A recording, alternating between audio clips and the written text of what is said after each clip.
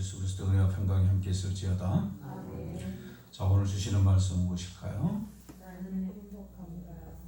뭐라고요? 나는 행복한가요? 행복하십니까?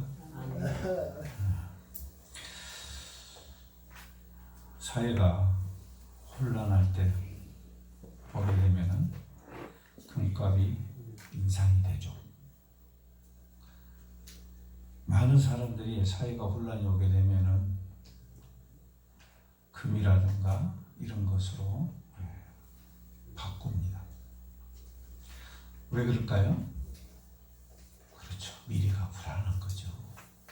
나라가 어찌 될지도 모르고 극심한 혼란이 올 때 사람들은 각자 준비를 하죠.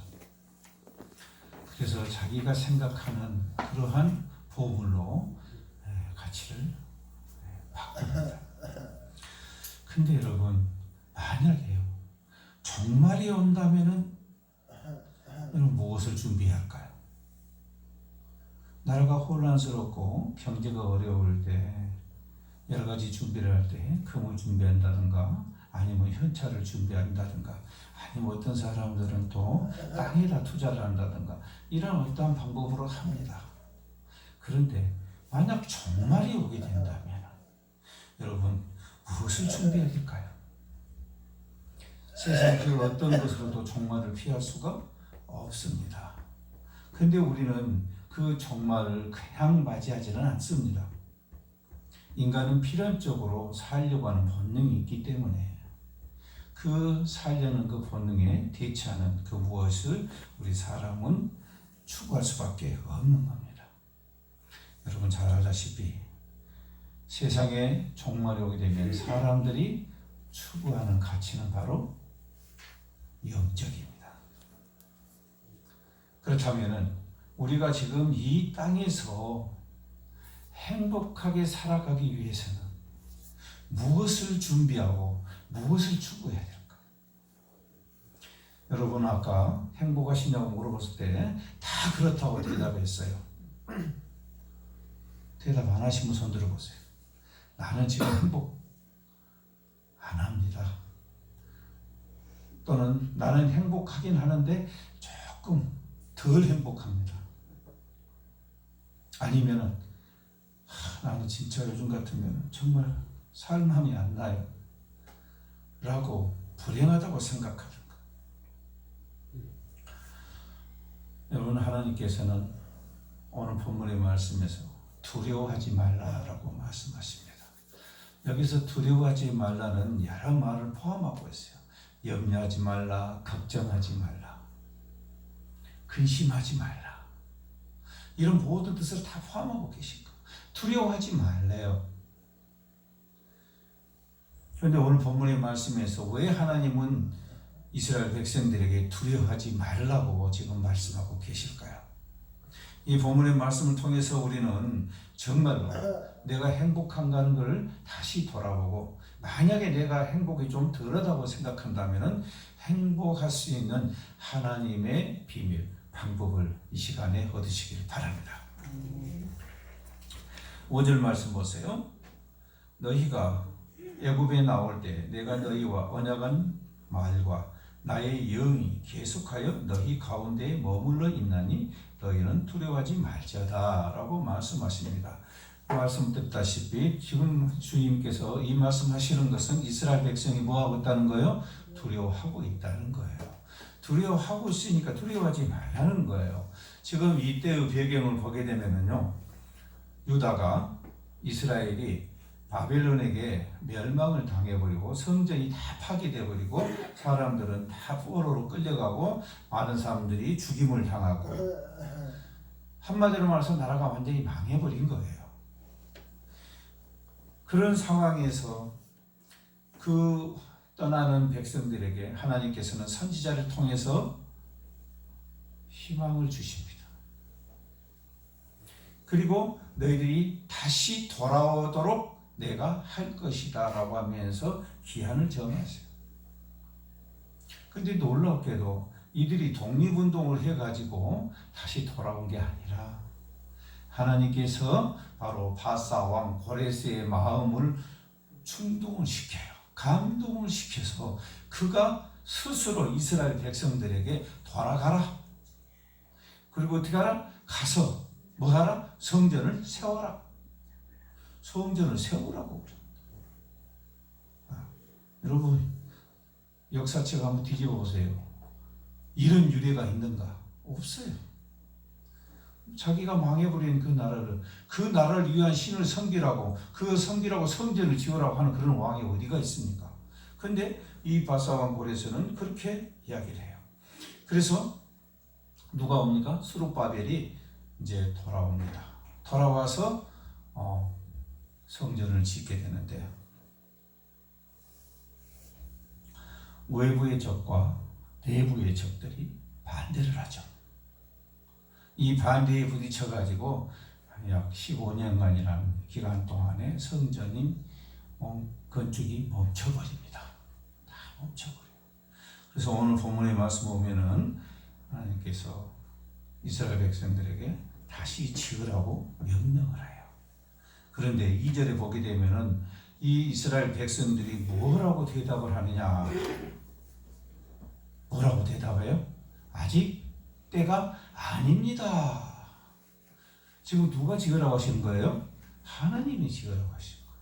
근데 백성들이 뭐라고 대답해요? 아직 성전을 지을 때가 아닙니다. 라고 대답하는 이런 상황을 보게 돼요. 하나님께서는 이 말씀을 들으시고 이스라엘 백성들을 책망하십니다. 여러분 어떻게 그럴 수가 있겠어요? 하나님께서 성전을 지으라고 하는데 백성들은 아직 때가 아니래요. 이거 뭐가 참 잘못된 거죠. 1장 4절에 보게 되면은 하나님께서 말씀하십니다. 이 성전이 황폐하였거늘 너희는 이때에 편벽한 집에 거주하는 것이 옳으냐라고 말씀합니다. 자, 성전은 어쨌다고요? 파괴돼가지고 헐파돼서 성전 짓다가 지금 멈춰갖고 있는데, 백성들의 집은 어때요? 판벽한 집에 거주하고 있다는 거예요. 자기 집은 번듯하게 해서 지어놓고 성전은 짓지 않는다 이 말이에요. 이렇게 하면 항상 떠오르는 사람 있죠? 그래요. 다윗왕이 떠오르잖아요. 다윗왕이 왕궁을 짓고 그 안에서 살다 보니까 뭐가 마음에 걸려요? 하나님의 성전, 성막이 눈에 커서 그게 마음이 아픈 거야. 나는 이렇게 하나님 은혜를 입어서 이 궁전에서 이렇게 편안한 생활을 하고 있는데 우리 하나님이 계신 임재하신 저 성막은 너무나 초라한 거예요. 그래서 성전을 지으려고 하는 그 마음을 품게 되잖아요. 근데 지금 이 이스라엘 백성들은 하나님께서 특별히 은혜를 주셔서 지으라고 하는데도 이스라엘 백성들은 때가 아니라고 안 하는 거예요. 자, 그런데 하나님 말씀이 이어지십니다. 이 말씀이 오늘날 우리에게 상당히 큰 교훈을 주고 계신다는 걸 알 수가 있어요. 성전이 15년 동안 중단된 동안에 이스라엘 백성들은 누굴 위해 살았어요? 그렇죠. 당연히 자기 자신을 위해 살았어요. 자기들 집도 좁게 짓고 먹고 살기 위해서 여러 가지 일도 하고 다 했어요. 자, 근데 1장 6절에서 하나님이 이렇게 말씀하십니다.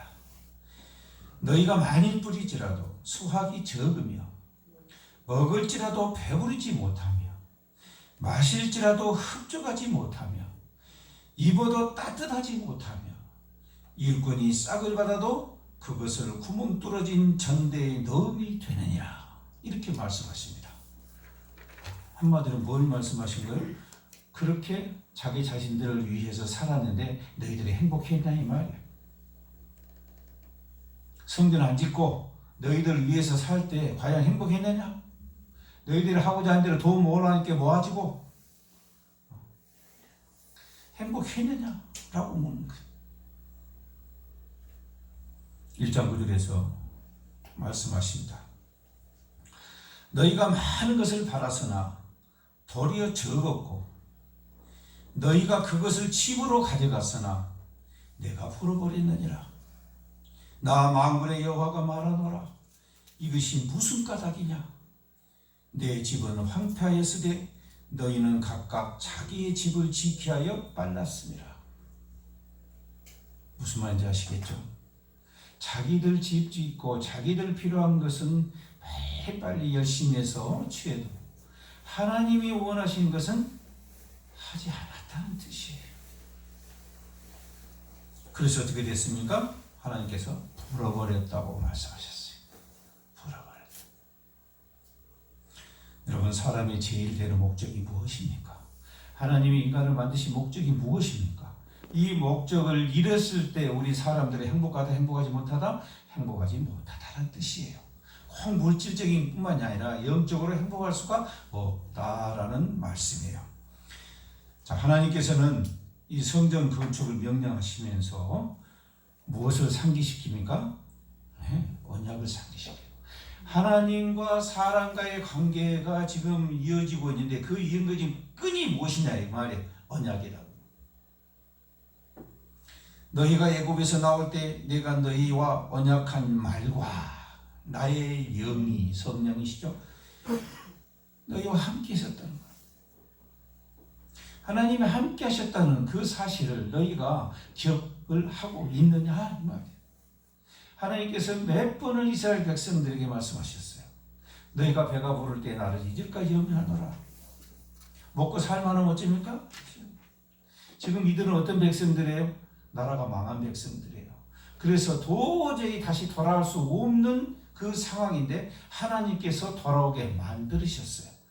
이 은혜만 해도 말할 수가 없죠. 그런데 그런 은혜를 잊고 돌아와서는 결국은 누구를 위해 사는 거예요? 자기를 위해서 사는 거예요. 또다시 같은 죄를 또다시 범하고 있는 거예요. 그 오늘이 이르기까지 그들이 누구의 힘으로 고향에 돌아올 수가 있었고 누구의 힘으로 자기들 집을 가질 수 있는 그러한 생활을 할 수 있도록 하셨냐. 그것은 바로 하나님께서 함께 하셔서 도우셨다는 걸 말씀해요. 사무엘 선지자도 말씀하시죠. 에베네셀 하나님, 여기까지 여호와께서 도우신 하나님. 에베네셀의 하나님을 잊어버려. 이 에베네셀 하나님이 잊어버릴 때 어떡합니까? 그래서 사람은 행복하고 멀어진다 그 말이에요. 그래서 내가 정말 행복하냐라는 것은 여러분이 주님과 함께하고 계십니까? 함께하는 증거가 뭐예요? 여러분 삶에 대해서 삶에서 미래에 대하여 두려워한다든가 근심한다든가 염려한다든가 행복하지 못하게 생각하고 있지는 않느냐는 거예요. 행복하지 못한 증거가 바로 뭐라고요? 하나님과 관계가 멀어진 거예요. 하나님과 관계가 멀어졌단 말은 무슨 의미입니까? 하나님과 맺은 언약을 잊어버렸다는 뜻이에요. 하나님과 맺은 언약을 잊어버리니까 어쩝니까? 자기 자신의 이익을 위해서 살아요. 여러분, 우리가 인생을 살 때요, 인생에서 성공하기 위해서 자신의 힘으로 열심히 일을 하면 성공할 수 있다라고 그렇게 사회는 가르치고 또 그렇게 사람들이 믿고 있어요.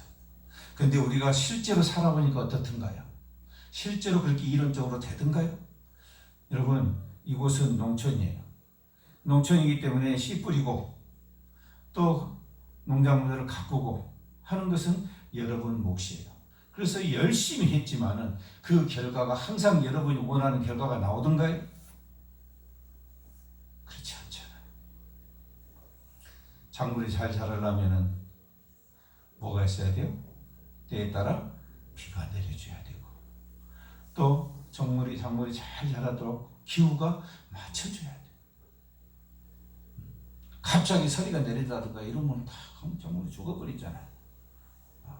그걸 우리 힘으로 할 수 있나요? 못해요. 그런데 우리는 노력만 하면은 다 할 수 있는 걸로 착각을 하고 살아가요.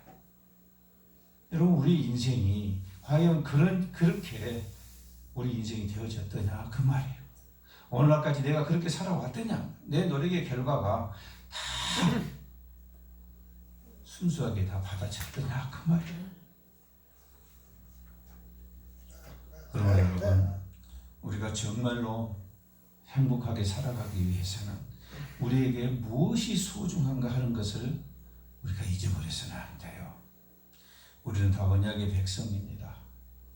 그래서 하나님께서는 맺은 언약을 지금까지 잊지 않고 함께하고 계신다고 말씀하시잖아요. 여기서 말하는 지금은 오늘 우리 역시 마찬가지고 종말의 대계의 종말이 오는 그 미래까지 하나님은 그 언약의 말씀을 계속해서 지키실 겁니다. 그러므로 여러분, 우리는 언약을 잊어버려서는 안 됩니다. 하나님과 맺은 언약으로 우리가 살아간다는 사실을 절대로 잊어버리면 안 돼요. 그 언약을 잊는 순간 바로 나는 하나님보다는 내 자신의 삶에 충실해 버려요. 하나님이 없는 내 자신의 삶, 이건 충실해도 그 결과가 결코 돌아오지 않는다는 것을 오늘 본문의 말씀을 통해서 하나님께서 말씀하고 계시는 거예요. 너희들이 아무리 노력한다 하더라도 내가 그것을 결실하게 해주지 않으면 결코 그것이 결실을 맺을 수가 없다. 그러므로 전다 하나님의 언약을 기억해서 항상 하나님과 뜻을 같이 해나가는 뜻이에요. 그래서 우리는 내가 행복한가 행복하지 않는가 하는 것은 내가 내 삶과 내 미래가 걱정이 되냐 되지 않느냐, 내가 무언가를 지금 해 나가려는데 두려워하고 근심하지는 않는가, 내가 지금 불행한 상태라고 생각한다면 기뻐하며 감사하는 그런 행복한 상태가 아니라면 여러분, 우리는 하나님과 맺은 언약의 백성인가를 돌아보아야 된다라는 말씀입니다. 7절 말씀 볼까요? 또한 모든 나라를 진동시킬 것이며 모든 나라의 보배가 이르리니 내가 이 성전의 영광이 충만하게 하리라 라고 말씀하십니다. 이 성전에 하나님의 영광이 충만하게 누가 하신다고요? 하나님이 하시겠다는 거예요. 하나님이 하시겠다는 거예요. 그래서 너희는 어떻게 하라는 겁니까? 하나님 일을 하라는 거예요. 하나님 일이 뭡니까? 성전 건축이에요. 성전 건축을 하나님이 함께 하시면서 도우시겠으니까 너희들은 어쩌라? 두려워하지 말고 해라. 내부 적과 외부 적 때문에 두려워하면서 성전을 지을까 말까 하고 망설이지 말라는 거예요. 다시 치우라는 거예요. 2장 6절에 보세요. 만군의 여호와가 이같이 말하노라. 조금 있으면 내가 하늘과 땅과 바다와 육지를 진동시킬 것이요. 이걸 막을 수 있나요? 사람으로 막을 수 없어요. 이런 하나님께서 도우시겠다고 말씀합니다. 그런데 왜 하나님께서는 자꾸 성전을 건축하라고 강조하실까요? 이걸 알기 위해서는 성전의 의미를 알아야 돼요. 성전이 무엇을 뜻하는가를 알아야 돼요. 성전은 뭘 뜻합니까? 하나님께서 이 성막을 허락하신 이유가 뭐였었어요? 하나님께서 이스라엘 백성과 함께 하고 싶다는 뭡니까? 상징이었어요. 내가 이곳에 임재하고 있다는 상징이었어요. 그런데 저니까 너희는 두려워하지 말고 나를 의지하고 나아가라는 거죠. 성전은 무엇하는 곳입니까? 제사하는 곳이에요. 제사. 어떤 제사입니까? 피의 제사예요. 속죄를 하는 곳이에요. 다시 말씀드려서 하나님 앞에 죄를 가지고 나아갈 수 있어요? 없어요? 없어요. 그런데 우리 사람들은 세상에 살면서 죄를 지어요? 안 지어요? 지어요. 이미 언제부터 짓고 있어요. 우리 마음이 심성적으로 벌써 이미 하나님의 죄를 지는 죄인들이에요. 그러니 그 죄인들이 살면서 죄를 짓는 것은 너무나 당연한 거예요. 그걸 하나도 여러분 이상하게 생각하지 마세요. 하나님을 모르는 자, 하나님 말씀대로 살아가지 않는 자들이 죄를 짓는 것을 여러분 이상하게 생각하지 마세요. 당연한 거예요. 이상한 것은 하나님을 믿는 사람들이 죄를 짓는 거예요. 그것이 이상한 거예요. 여러분, 성전은 제사를 지내는 곳인데 제사라는 게 뭐라고요? 제사는 죄를 해결하는 방법이에요.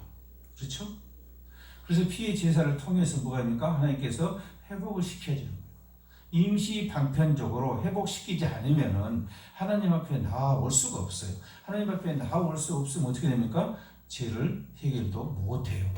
그래서 그 죄의 상징으로 동물의 피를 대신해서 드렸던 것이에요. 여러분, 제사가 얼마나 끔찍한지 아시죠? 여러분 죽어도 그렇게 죽어버리면 완벽하게 죽어버리는 거예요. 그러죠? 몇 번을 죽입니까? 나중에는 각을 뜨고, 그죠? 태우고. 여러분 그걸 보면서 하나님께서 뭘 보라는 거예요? 우리의 죄를 보라는 거예요. 그 죄가 얼마나 악한 것인가를 그걸 보면서 깨달아서 저는 겁니까? 다시는 죄를 짓지 말라는 거죠. 그렇다면 여러분 오늘날 교회를 허락하신 이유는 뭘까요? 성전은 그래요. 그 교회는 뭘까요? 교회는 피의 제사가 아니라 은혜의 제사예요. 피값은 누가 대신한 겁니까? 하나님께서 대신한 거예요. 완벽한 그 죄의 속죄물은 이 세상에는 존재하지 않아요. 그래서 하나님이신 예수님께서 이 땅에 오셔서 우리를 대신해서 제물이 되신 거예요. 죽으신 거예요. 그래서 우리는 뭘로 얻은 겁니까? 은혜로 얻은 거예요. 대속의 은혜로 우리가 회복이 된 거예요. 그래서 교회는 하나님을 만날 수 있는 유일한 장소예요. 하나님의 은혜가 임하고 하나님의 임재가 함께 하시는 그곳이 바로 교회예요. 성전과 같이 상징적인 것이 아니라 교회를 통해서 하나님께서는 우리와 함께 하시겠다고 했어요. 언제까지? 영원토록. 세상 끝날까지 함께 하시겠다고 약속을 하셨어요. 그래서 하나님께서는 교회를 통해서 뭘 하시려고 그러니까 하나님 나라로 인도하시려는 그 목적을 달성하시기 위해서 은혜의 방편으로 우리에게 교회를 허락하신 거예요.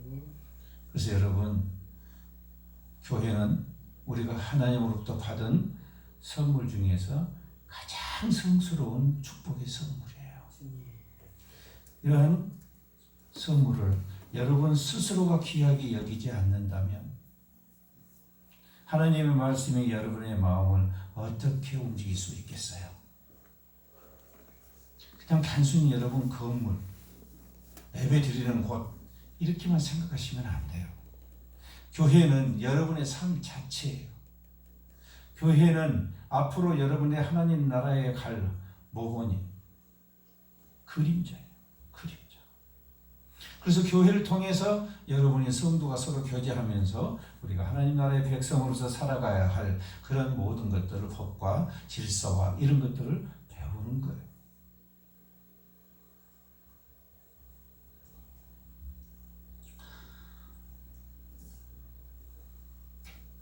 그러므로 하나님 백성들은 하나님의 법으로 통일이 돼야 돼요.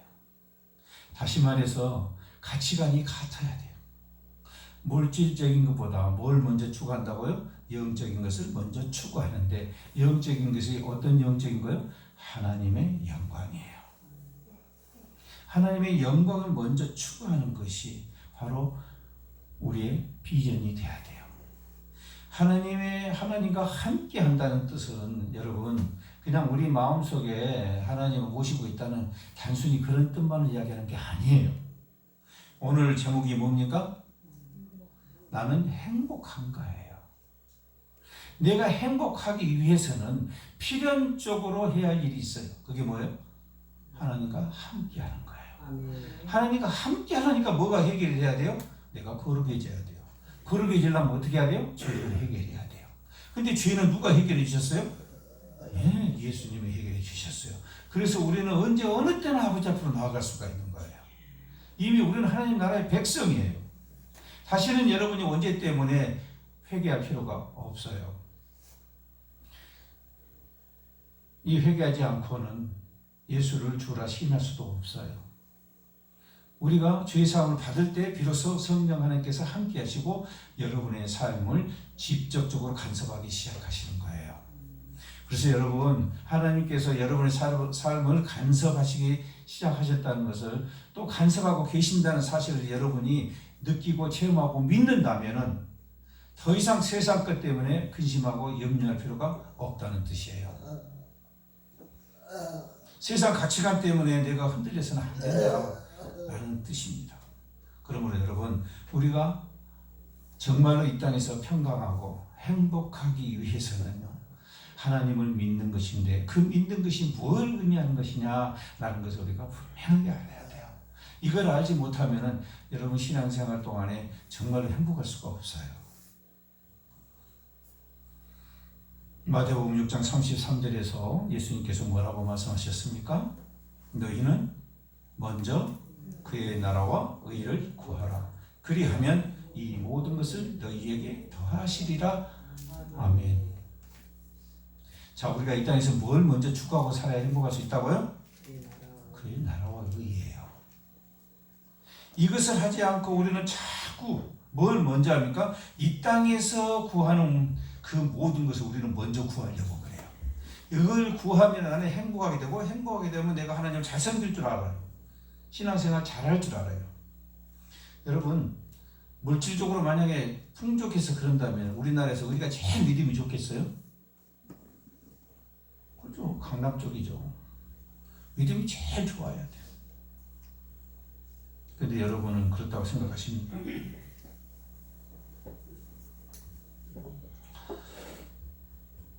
여러분, 우리가 가장 행복해질 수 있는 가장 좋은 방법은요, 하나님과 일을 함께 하는 겁니다.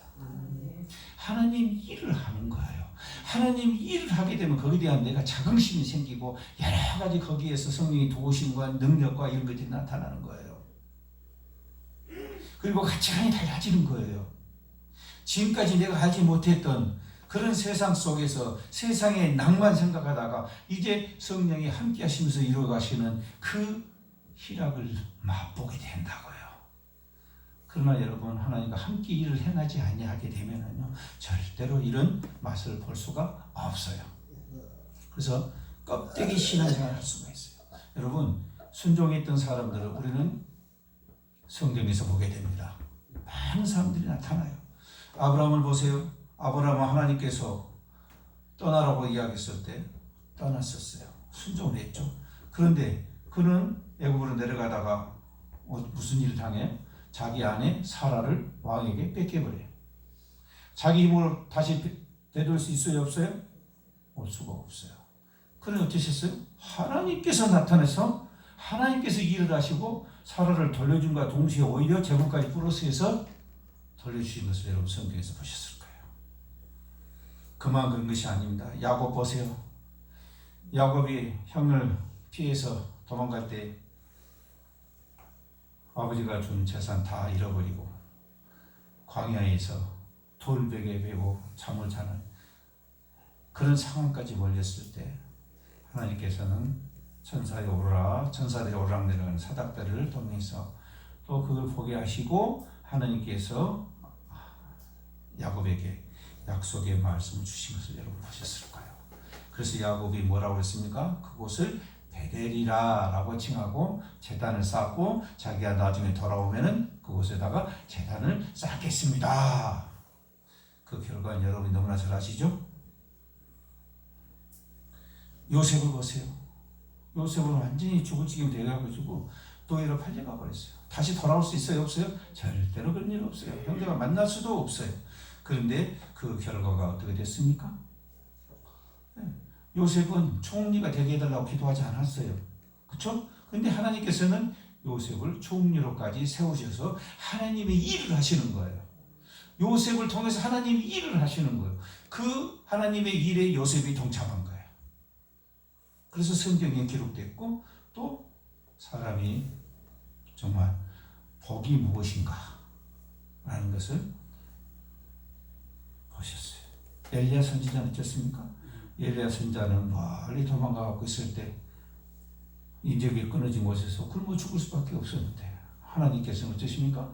까마귀를 보내셔가지고 떡을 줘서 먹게, 그래서 기운을 차리게 만드시고, 그렇듯 여러분 하나님께서 다 하나님의 백성을 보호하시고 내가 하니까 어떻게 될까 걱정할 필요는 없어요. 다니엘과 세 친구를 보세요. 이들은 불 속에서, 사자 불 속에서 하나님 지키셔서 살아나왔어요. 그들만 그렇습니까? 바울 사도를 보세요. 바울 사도는 무리들이 이끌려고 돌에 맞아 죽임을 당할 정도로 다 죽은 줄 알고 다 버려버렸어요. 그런데 다시 살아났어요? 안 살아났어요? 다시 살아났어요. 그리고 그가 다시 자기를 때린 그 성으로 들어가는 모습을 여러분 보셨을 거예요. 스데반 집사를 여러분 보셨을 겁니다. 스데반 집사도 돌에 맞아 죽어갈 때 그가 눈에 보이는 것은 뭐였어요? 예수님의 영광이 눈에 보였던 거예요. 그래서 죽어가는 그 순간에 그 고통을 잊게 하시고 마치 천사같이 잠이 들더라, 잠들더라 이렇게 표현한 거예요. 죽기까지 우리 하나님은 우리와 함께 하시고 우리를 보호하셔요. 그러면 여러분, 내가 지금 행복하냐 행복하지 않냐는 절대적인 조건은 내가 지금 하나님과 함께 하나님 일을 하고 있느냐 하고 있지 않느냐입니다. 하나님 일을 함께 하고 있으면 여러분 가치관이 바꿔져요. 그리고 뭐가 정말로 소중한지를 알게 됩니다. 여러분, 우리의 종말이 왔을 때 그때 우리에게 가장 소중한 게 뭡니까? 그걸 그 종말의 순간을 깨달을 때는 늦다고 그러잖아요. 지금 이 순간이 하나님께서 허락하신 기회입니다. 축복의 기회. 그러면 여러분, 하나님과 함께 일하시길 바랍니다. 행복하고 싶은가? 행복하고 싶지 않는가? 그렇죠. 내가 내 삶의 미래에 대해서 두려워하는가? 두려워하고 있지 않는가? 또 내가 하나님 일을 함께 하고 있는가? 하고 있지 않고 내 일만 하고 있는가? 라는 것들입니다. 하나님 일을 함께 하고 있을 때 여러분, 우리 사람은 거기에 대해서 세상이 줄 수 없는 행복을 맛보게 될 겁니다. 그래서 많은 사람들이 그 바울 사도 이후 스데반 집사 이후로도 많은 사람이 순교하면서까지 믿음을 지켰던 거예요.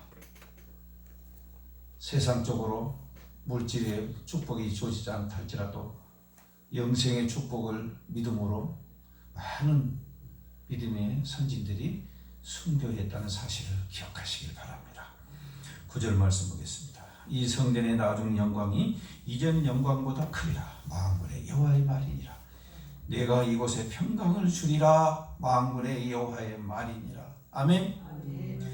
여러분, 우리가 행복하려면요, 우리에게 평강이 임해야 돼요. 평강이 임해야만 우리가 정말 행복하는 거예요. 평강이 임한다는 말은 무슨 말입니까? 평강은 성령이 주시는 거예요.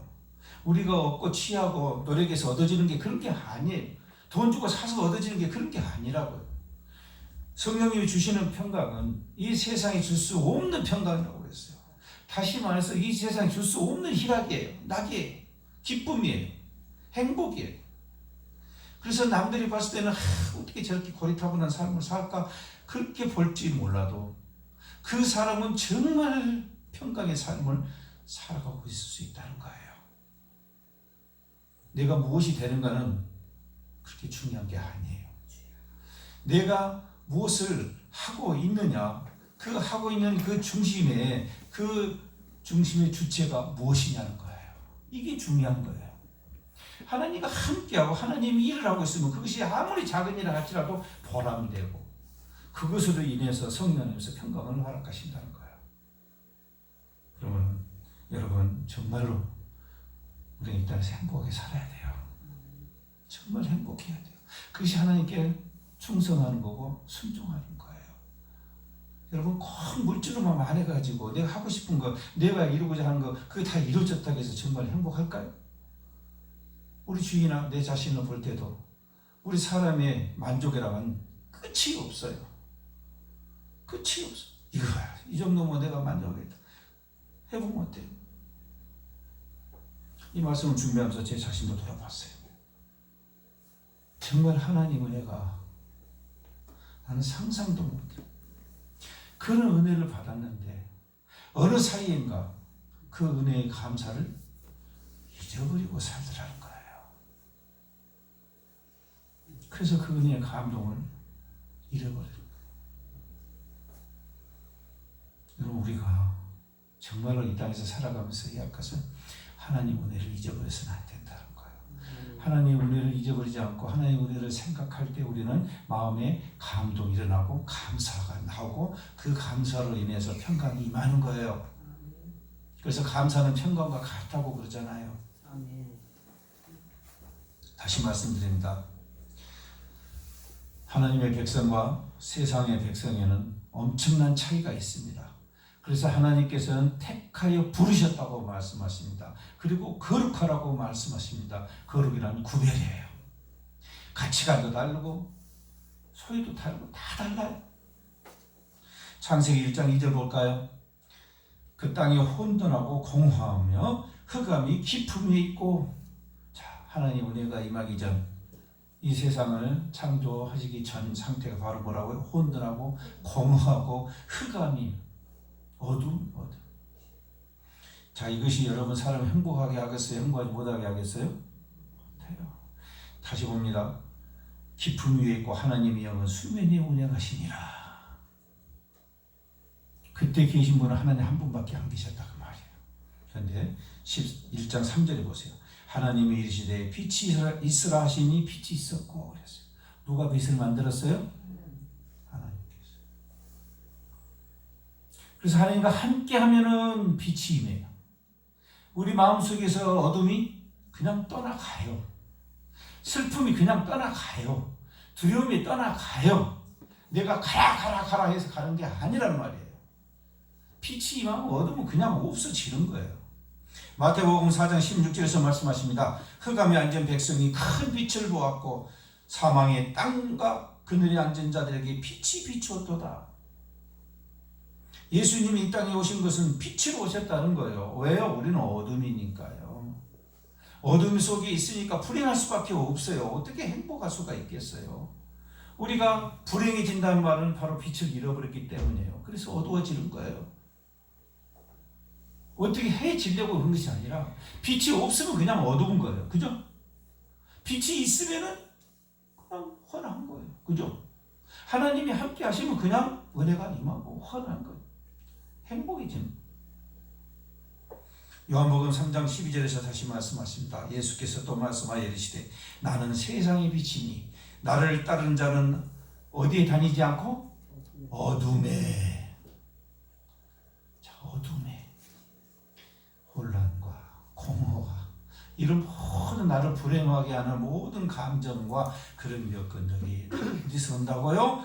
하나님은 따르지 않기 때문에 온다고 말씀하시잖아요. 자, 나를 따르는 자는 어둠에 다니지 아니하고 생명의 빛을 얻으리라. 이 생명을 빛을 얻으니까 어떻습니까? 사람이 평강이 이루어지는 거. 평강. 여러분, 우리가 환한 대낮에 밖에 안에 있다가 밖에 막 나갔을 때요. 내 문제가 해결됐을 때 그때 세상이 어떻게 보이던가요? 지금까지 똑같은 세상인데도 불구하고 나에게는 완전히 색다르게 보이죠. 길에 그냥 조그맣게 피어있는 꽃 하나도 아름답게 보이고 길가에 지나가는 개도 좋게 보여요. 사랑스러워져. 왜? 내 마음이 빛으로 충만하니까 내 눈에 보여져서 비치는 투영되는 것도 다. 네, 여러분, 우리가 행복하지 못한 것은 내가 왜 그런다고요? 어둠에 쌓였기 때문에 그래요. 어둠에 쌓인 것은 무엇 때문에 그럽니까? 하나님이 함께하지 않으시기 때문에 그런다 그 말이에요. 그래서 에베소 5장 3절에서 뭐라고 말씀하십니까? 너희가 전에는 어둠이더니 이제는 주 안에서 빛이라. 그러니 어떻게 하라? 이제 빛의 자녀들처럼 어쩌라? 행하라. 빛의 자녀처럼 행하라는 거예요. 행하면 뭐가 옵니까? 평강이 임하는 거예요. 근데 행하지 않으니까 평강이 안 오는 거예요. 다른 어떤 것이 주어진 것이 아니라 성령 하나님이 우리를 주장하시면은 그냥 우리 마음이 어떻게 된다고요? 빛으로 변하는 거예요. 그래서 어둠이 떠나는 거예요. 여러분, 내가 자꾸 안 좋은 일이 벌어지고 자꾸 불행하다고 생각이 되고 허무하다고 생각이 들면요, 여러분 생각 속을요 예수님 생각으로 영접하세요. 그러면 밝아지는 거예요. 자꾸 어두운 것을 취하니까 어두워질 수밖에 없는 거예요.